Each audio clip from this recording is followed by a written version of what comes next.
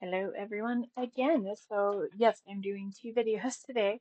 I had two reader questions that use the kind of the same color scheme. So I'm honestly just gonna keep with what they're doing. So I've got Megan today, who is was feeling a sleepy blue gray flat line. And so I'm going to get that on canvas. And honestly, I'm using the same colors that I had on my palette from Anonymous's painting in the previous painting. And so I'm just going to just kind of dip back into that blue and gray and just kind of get some a line on canvas. And that's it. So my it's a little bit darker, but I'm just gonna kind of go with a line right across the middle. That is an incredibly straight line. I was hoping that there would be a little bit more variation in that. So what I'm gonna do is just to add some variation, I'm going to add just a little bit more of the blue-ish, white-ish color that I've got, and I'm gonna go up into the the the top of this, and I'm just gonna keep doing that flat line because that is what Megan is feeling. So we're gonna honor Megan's feelings about feeling a little tired, a little flat, and just see what we end up with just plain lines. So, and honestly, I'm trying to use up as much of this paint as possible. And so we've got, and this is, I'm using the paint that's already on my palette, so we've got that line. And then, so I've used up most of my blue and my white from, like I said, from my previous painting. I'm just gonna, got some more, this is more of a grayish color. I'm gonna try to dip into a little bit of that blue, um, just to keep that color active, not too much. And again, this color ended up a little bit darker than I was thinking, but I kind of like it. So I'm just gonna roll with this darker color, um, more water so it gets more of those line movements and get some color. So it's a pretty simple color and then pretty simple color scheme. And I'm trying to keep as liney as possible in honor of Megan's feeling. Okay, so I'm gonna let that dry, same as usual. I'm gonna turn that off to the side so that it can just dry there on camera so that you can see that. And I'm going to get to Megan's question. So Megan asks, "How did you get into art?" And so as I said in a previous video, I have always been really creative since childhood. So so essentially childhood creativity. So I very much always, as I'm giving advice and answering questions to viewers and people that are reading my blog, anything that you have kind of just a knack for in childhood, definitely make sure that you're oh, just aware of those types of things. I honestly was not aware of how creative I was um, until who told me? I feel like it was my mom told me that, I just had done a lot of creative things, but sometimes you're just aware of those things. But I honestly didn't even think of it until I took my first formal painting class. So yeah, some so I have a natural knack at creativity. So but what happened is I had a bad experience. I um I was in just my standard seventh grade art class that everybody takes in our school, and I was having a bad day, and I went over the whole canvas with gray, like a light gray, and then I put a bunch of white dots in it, and they said it was a blizzard, and that's what I turned in, and I got an F on that assignment. And I definitely viewed that F as, like me not being a creative person. And I think that's probably why I kind of forgot that I was creative. And so then fast forward in in high school I was in 4-H and I did some artwork for that. So I did some photography. I did these very weird, I don't know how to describe them. They're just geographic coloring in shapes. And I don't actually know the best way to describe them. So I'll just show you an example of what they looked like. So this is kind of an example of some of the types of art that I did when I was in high school. So that one was dated 1994, so not even in high school. And so that's something that I did when so I don't know what kind of art that is. We'll just call it geometric. So I did those for my 4-H projects. That was a really fun way for me to, just release some of that creative pent up energy. And then so that was it. So after doing those geometric designs in high school, I, went away to college, got into my career, honestly never gave creativity or art another thought. Well, fast forward about, oh, maybe 7 years ago, so 8 years ago, um, a friend of mine invited me to go to a paint and sip. And I had never been, and I thought it would be fun. And so I went to this paint and sip with a couple of friends, and I actually have my very first painting that I made as an adult. And I'll just try to zoom in as much as I can. It was supposed to be just a single pink coneflower, and this is what I ended up with. I was so excited to be painting. Oh, there's so much light glaring off my phone. I was so excited. I just could not stop painting. And from that moment on, like I said, that was maybe 8 years ago. I honestly, I don't think I've gone more than a few months without painting. It was so, I don't know, amazing. So, so I went to this paint and sip class. I went with friends the first few times, but eventually it was something that I needed to do it more than my friends were available. And so I ended up starting to go solo to these classes and just learned a lot of the techniques that you see in my videos. I learned at those classes. Very simple things like drawing a straight line. Apparently, I draw a straight line easier than I thought I did. I was hoping to have a little bit more irregularity in that line. But like that is a technique that after 8 years of painting, I can draw a horizon pretty decently. And then the third thing that kind of got me into art was something called an artist retreat. Our we have some just a local artist organization. I think it's a nonprofit, so just completely voluntary organization in our area, and they host this retreat every spring, and they have artists from all types of art. So they'll have actors and singers and they'll have wood chip carvers and they'll have felt people. I don't know what that kind of art is, but they'll make little things out of felt. A lot of painters. Um, let's see. I know they do pottery. So yeah, just any type of expression they're really good at. And so I go to that. I think I've gone every year, minus the few years that I was sick. And thankfully those fell right around COVID. So then a lot of things were closed. So I don't think I missed a single retreat in the past, probably maybe close to 8 years. It's close to 8 years. I started going to those almost immediately. So those are the three places that I have learned how to do art. And so this artist retreat is actually where I learned the intuitive painting, which is what I do in these videos. And it's just, getting some colors on canvas and then seeing where it ends up. And so that's how I got into art.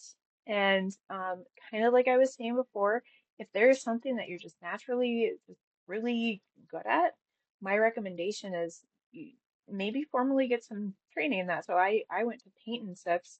I didn't go to a 4-year school for art. I just went to some random classes and then threw stuff together. So it doesn't ever have to be a formal training, but just get some of that exposure to something that you're good at naturally. Because that, I mean, it just helps continue to build that skill, and then eventually it turns into almost a talent, and then it turns into kind of your life passion, and so it's kind of a fun process. Alrighty, so this is dry enough. I can see that there's some places that are wet, but we're gonna go with this. And actually, now that I see this like this, I kind of like the vertical lines a little bit better. And I am going to just I am going to go with, again, the black and the white. The part of the reason I want to do the vertical lines is I think that they might be a little easier to navigate. And so I am going to start with just some white um, with my belay brush. I want to get some of these whites in here. Um, so I don't know how white this is, but you can see there's like just some whites in here. And I desperately am going to need more paint. So again, I very much am trying to be efficient with and a little conservative with my paint use to not be wasteful. So yeah, just some of these lines look like they're a little bit lighter. And now that the canvas is wet, they are they are certainly not straighter as straight of lines as I had before. So that I very much like. I like it when things aren't necessarily always perfect. That is how that's how art comes about, is by kind of seeing those imperfections that we have in our world, and I almost want to say exploiting those imperfections and just seeing what they look like and exploring them, rather than, if something is maybe not the way we want it. Sometimes we hide from those things that we don't want or we don't like. And so this is kind of a way to expose and expand and just explore those things that we're uncomfortable with. All right, so I've got all of those lighter areas kind of highlighted. So now I'm gonna start with the blue because I don't want to get too much gray in there, but honestly, I don't mind if they do mix. So I'm just gonna get a little bit of it's going to be quite a bit of white and then a hint of blue. And I'm going to start getting some of these darker areas. Same process. I'm just doing like simple lines. Um,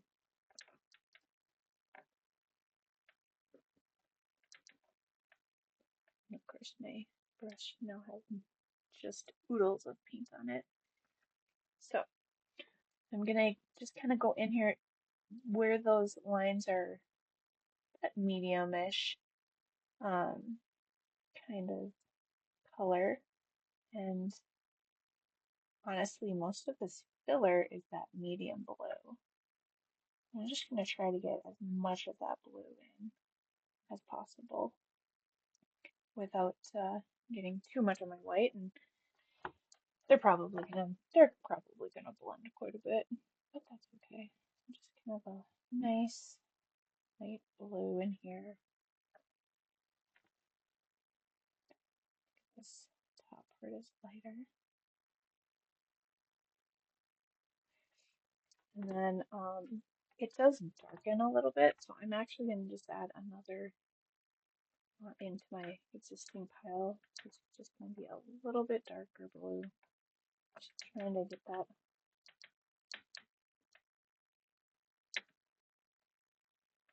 See if that color will contrast. Perfect. Again, just a little right around where the existing colors are. So I'm not trying to drown out any of the existing colors. and trying to keep in. I'm definitely not trying to keep in the lines. I want it to be as kind of, I don't know, obscure as possible. This is kind of turning into a very fun painting. I have not ever used this particular brush stroke, so this is kind of brand new for not necessarily the brush stroke, but the just the way that I'm approaching this particular painting. And so this is definitely so now I'm going back in and I'm essentially any place where I see that I missed, I'm just using this darker color and making sure that all of my little nooks and crannies have been filled. So there's all that paint on canvas, and that looks like it's a good and done. And then I'm gonna do the same on the gray side and see where we end up. So I am cleaning my brush just quite a bit, and I am again out of white paint. I'm definitely using all my paint today. So I'm only putting tiny little dabs on my palette because I very much don't like to be wasteful. I want to make sure I'm using my resources appropriately, um, and showing a little bit of self-control, which I definitely want to do that from time to time. So I'm just going to go over just some of these darker areas, and this is kind of my medium gray. Um, and my medium gray is going to get lighter because I'm mixing on my palette as I go, so these colors are not necessarily going to stay. I do need a little bit of water. It's pretty dry. So just getting as much of these as possible. And I can see that's darkening, so I kind of want to leave that little place. And then I'll make that a little darker. And I get the dark gray going. And then nice little line right at the bottom. And maybe a little bit here too. So I'm just kind of finding some of those places where the watercolor didn't necessarily absorb that great, and so I'm just gonna add that in. And now again adding a little chunk of black to that already existing gray, and just a little bit of water to kind of help mix it. We do want it to be definitely a darker, more almost charcoal gray, so that it does accent. And so just that definitely shows a difference. And so trying to not mix too much with my blue, but if they do, they do.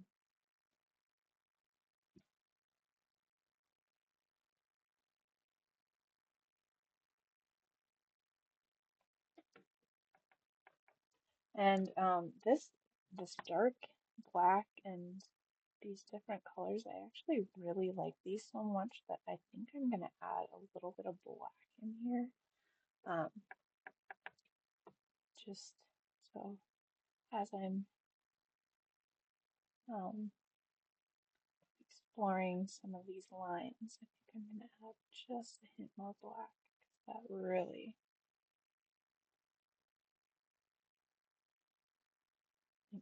will tie this together. I don't know if that it will, but the black on my brush is going to be, it's going to be, there's still gray on my brush, so it's not going to be entirely, but I've got just a few places in here where I can kind of add that black. That really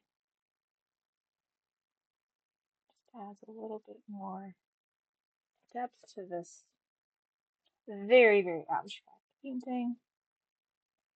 I didn't make it into anything, any specific shapes. I guess if you wanted to, when it's held um, um, flat, it kind of does look like maybe a horizon. So that's our final painting. And then I'll send this off to Megan. Thanks for asking questions. Keep them coming, and I'll keep the paintings rolling for you guys.